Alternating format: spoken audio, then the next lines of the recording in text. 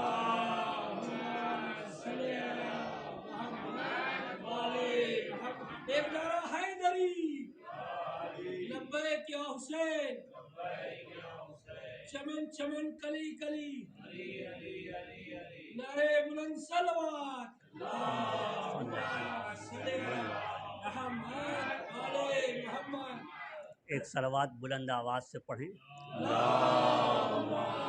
صلی اللہ محمد آل محمد۔ تو اے صاحبان ایمان، صبر سے کام لو، تمام واجبات کو انجام دو، اور سختیوں میں صبر کرو، اور امام منتظر سے رابطے کو برقرار رکھو۔ جس امام کا انتظار کر رہے ہو، اس امام کے انتظار کرنے والے کی کچھ صفتیں ہیں۔ ایک صفت تو یہی ہے کہ انتظار حقیقی معنوں میں ہو، مادیات بھی ہو، مادیات کی محبت میں غرق ہو، پھر وہ کہے میں منتظر امام زمانہ ہوں، تو یہ منتظر نہیں ہے۔ دوسری صفت اس کے اندر یہ ہو کہ وہ حرام سے بچتا رہے، کوشش کرے شبہ ناک چیزوں سے بھی بچے۔ تیسری صفت یہ اپنائے کہ اچھے اخلاق کا مالک بنے اور اپنے کو تیار کرے امام زمانہ کے ظہور میں، امام کی نصرت کے لیے۔ یعنی یہ نہیں کہ امام نے جب پوچھا تھا، امام سے جب اس نے پوچھا تھا کہ کب ظہور ہوگا، حضرت نے فرمایا کہ تمہارا ظہور سے کیا ربط ہے، تم تو دنیا دار ہو۔ معلوم ہوا کہ دنیا داری ظہور کے ساتھ اکٹھا نہیں ہو سکتی۔ دنیا داری اگر ہمارے پاس ہے اور ہم دنیا دار ہیں تو ہم کو اسے ختم کرنا ہوگا۔ اسی طرح سے قیامت کے لیے تیاری، ہمارے تمام اعمال چاہے تھوڑے ہی ہوں مگر اہل بیت کے نقش قدم پہ چلتے ہوئے ہوں، ان کی محبت کے ساتھ ہو۔ آپ کی خدمت میں عرض کریں، حکم ہے کہ جب اذان ختم ہو تو دعا مانگے، اور بعض آپ نے دیکھا ہو مومنین کو کہ سجدہ کرتے ہیں، بعض ایک قدم آگے بڑھا کے دعا مانگتے ہیں۔ ایک قدم آگے بڑھا کے دعا مانگا، کیا ثواب ہے؟ معصوم فرماتے ہیں کہ گویا وہ راہ خدا میں شہید کر دیا گیا ہے اور اپنے خون میں شرابور ہے اور غلطہ ہو رہا ہے، اسی میں تڑپ رہا ہے، اور ایسے شہید کا ثواب اس دعا کرنے والے کو ملتا ہے جو اذان کے بعد ایک قدم آگے بڑھا کے یہ دعا مانگتا ہے۔ دعا کل ملا کے 1 منٹ کی ہوگی، آدھی منٹ کی ہوگی، یہ عمل بھی مختصر ہی عمل ہے۔ اتنا ثواب کیوں ہے؟ کیوں اتنا ثواب ہے؟ اس لیے ہے کہ آپ نے ائمہ کی بات مانی ہے، اس لیے ہے کہ ان کی محبت میں آپ نے کہا کہ دوسرے اعتراض کرتے رہیں گے، دوسرے کہیں گے یہ کیا کر رہا ہے، مگر آپ ان کی طرف توجہ نہ دیجئے۔ جو آپ کا محبوب ہے، جو آپ کا معشوق ہے، وہ کہہ رہا ہے کہ ایک قدم آگے بڑھا کے ایک چند سیکنڈ کی دعا کر لو۔ ایک صلوات پڑھیں محمد و آل محمد۔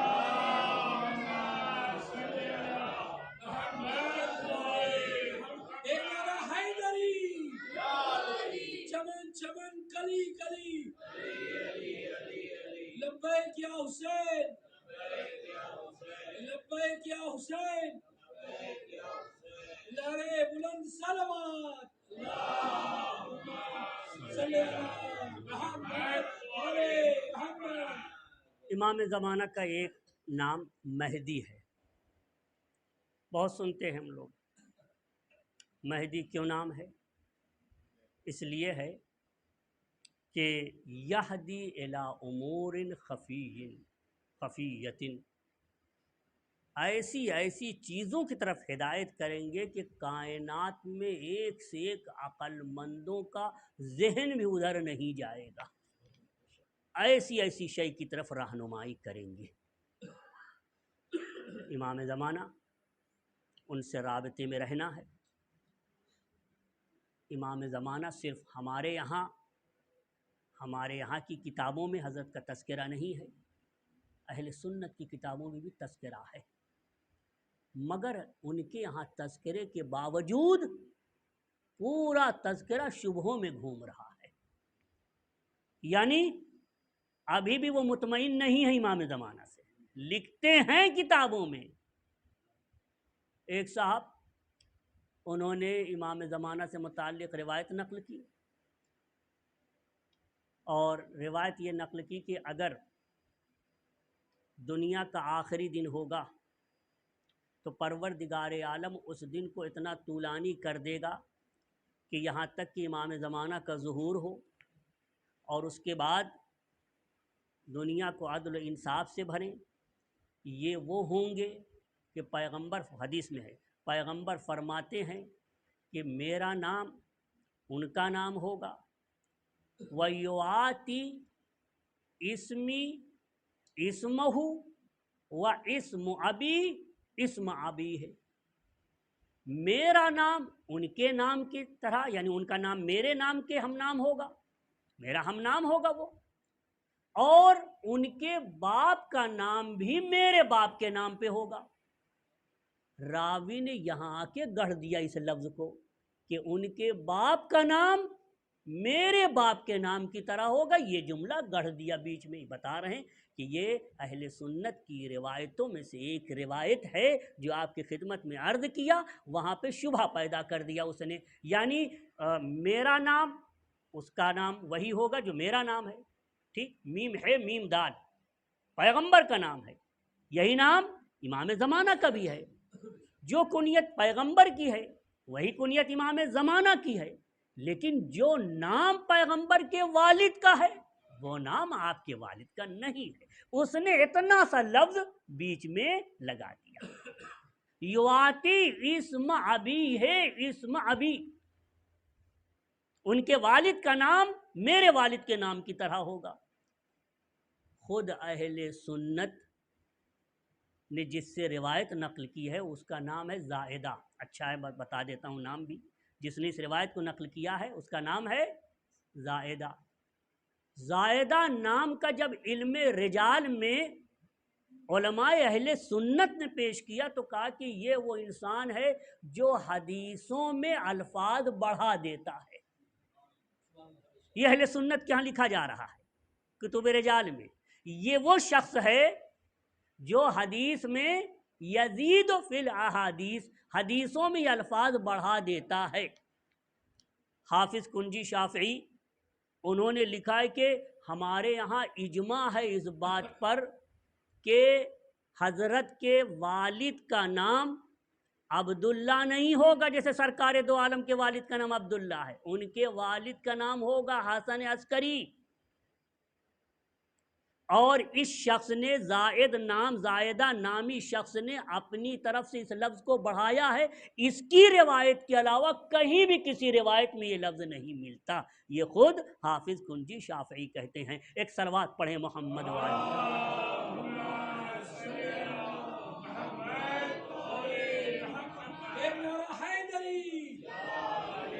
تو عزیزو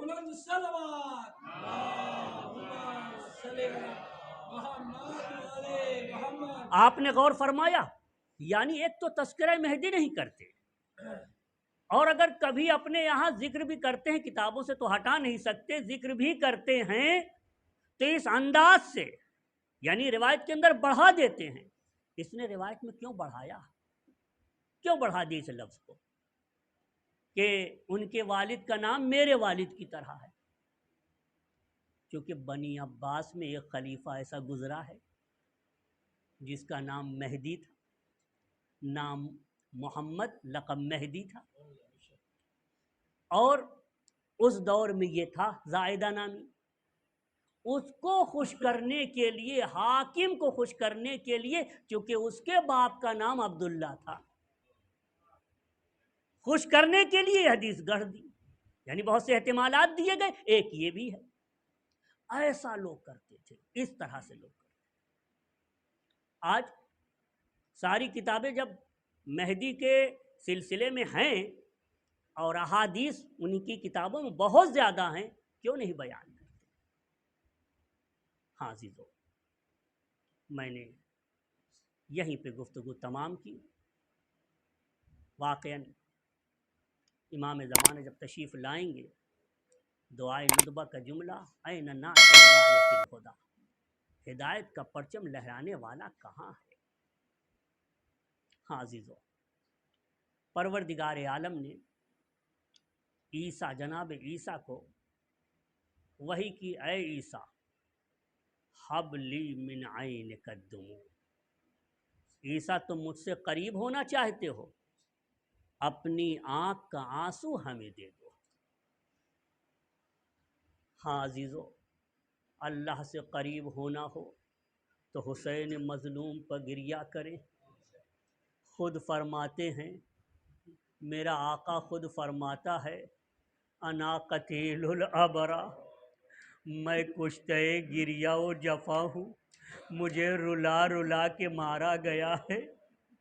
میرا تذکرہ جب بھی مومن کے درمیان ہوگا، لا یذکرنی مومن الا استعبر، جب بھی مومنوں کے بیچ میں ہمارا تذکرہ ہوگا، حسین کا تذکرہ ہوگا، کربلا کا تذکرہ ہوگا، نبی زادیوں کا تذکرہ ہوگا، اور اصحاب باوفا کا تذکرہ ہوگا، اقربا کا تذکرہ ہوگا، حسین سے مربوط جو بھی مصائب ہیں جب ان کا تذکرہ ہوگا، فرماتے ہیں انا قتیل العبرا، میں ایسا گریہ کشتہ ہو، گریہ و جفا ہوں کہ جب بھی مومن یاد کرے گا اس کے دل پہ چوٹ پڑے گی اور آنکھوں میں بے ساختہ آنسو آ جائیں گے، آنکھوں میں نمی پیدا ہو جائے گی۔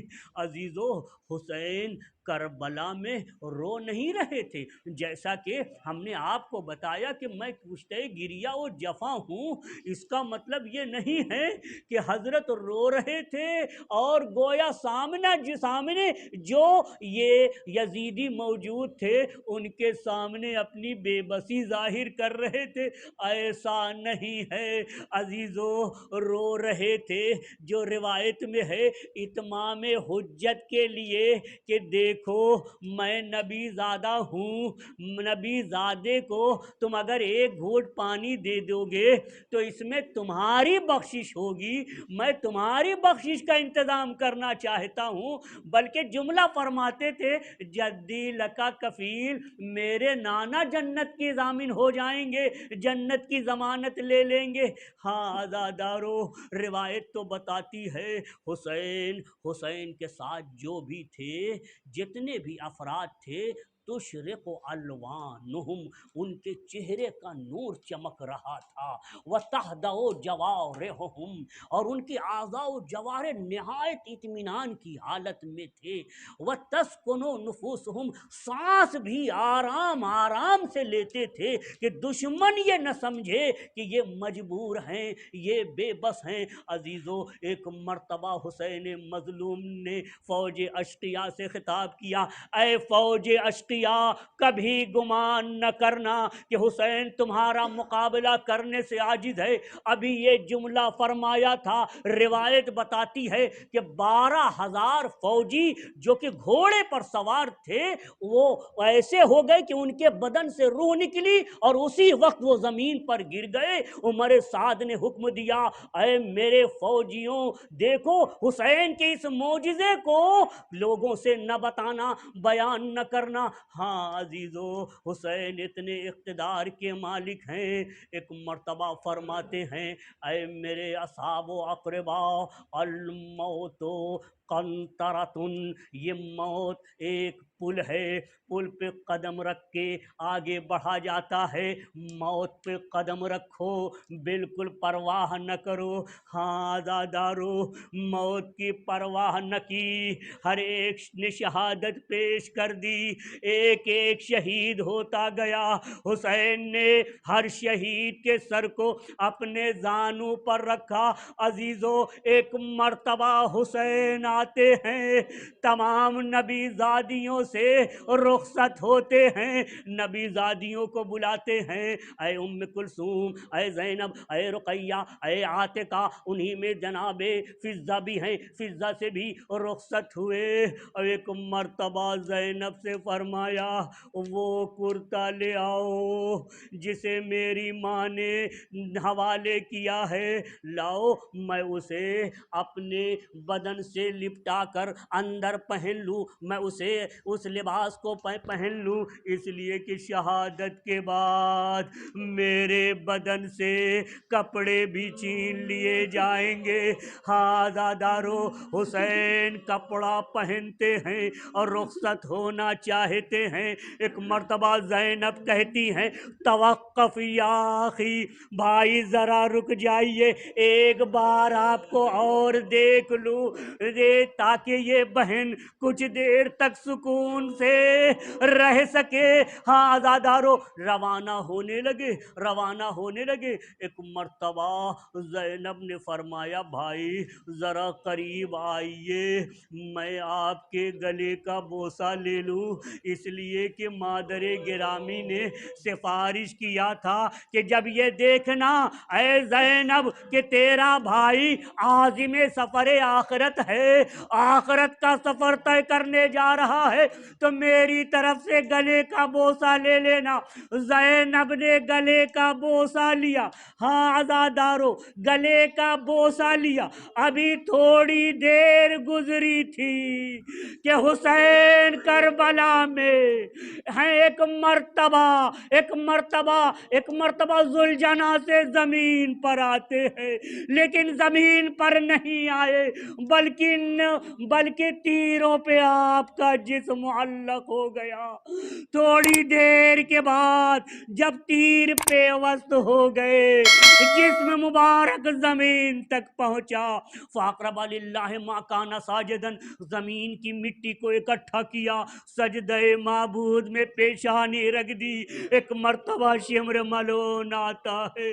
آزادارو، ارے آپ نے تو برابر سنا ہے کہ شمر ملعون آتا ہے، اس نے ایک مرتبہ زور سے ٹھوکر ماری، حسین پلٹ گئے، سینے پر بیٹھ گیا، ایک مرتبہ حسین فرماتے ہیں من انتا لقد جلست مقاما عظیما، تو ایک عظیم مقام پہ بیٹھ گیا ہے، تو آخر کون ہے؟ ایک مرتبہ حسین نے کہا ذرا اپنا کپڑا ہٹا، کپڑا اس نے ہٹایا، فرمایا صدقہ بھی و صدق جدی، میرے بابا نے صحیح فرمایا تھا، میرے نانا نے بھی صحیح فرمایا تھا، تو ہی میرا قاتل ہے۔ ہاں عزادارو، سینے پہ سوار تھا، ایک مرتبہ سینے سے اترا اور ایک مرتبہ پھر ٹھوکر ماری، حسین پلٹ گئے، اب پشتے گردن پہ سوار ہو گیا۔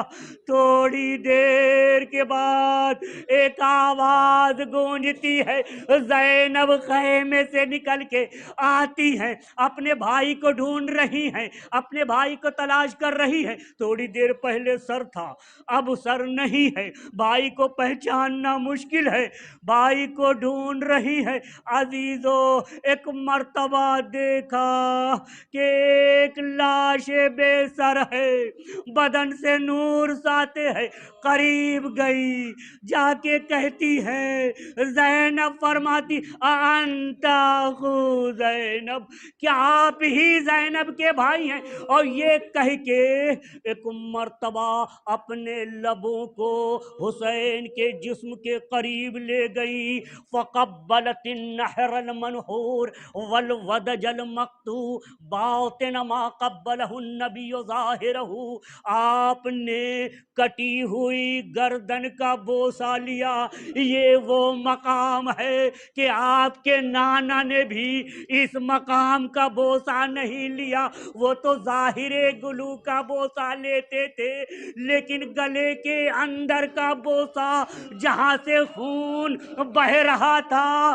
زینب نے بوسہ لیا، قبلت النہر المنہور، اور اسی پہ اکتفا نہ کیا، ایک مرتبہ جسم مبارک کو چاہا کہ ہاتھ پہ لینا چاہ رہی تھی کہ ایک مرتبہ قتل گاہ کی بلندی پہ نظر کیا، دیکھا نانا آ گئے ہیں، نانا موجود ہیں۔ ایک مرتبہ نانا سے بہن کرتی ہیں، نانا آپ کے جنازے پر تو فرشتے آئے تھے، نمازیں ادا کی تھی، آپ کا یہ نواسا اسے شہید کر دیا گیا ہے، اور اسی پہ اکتفا نہ کیا، بدن سے لباس بھی چھین لیا۔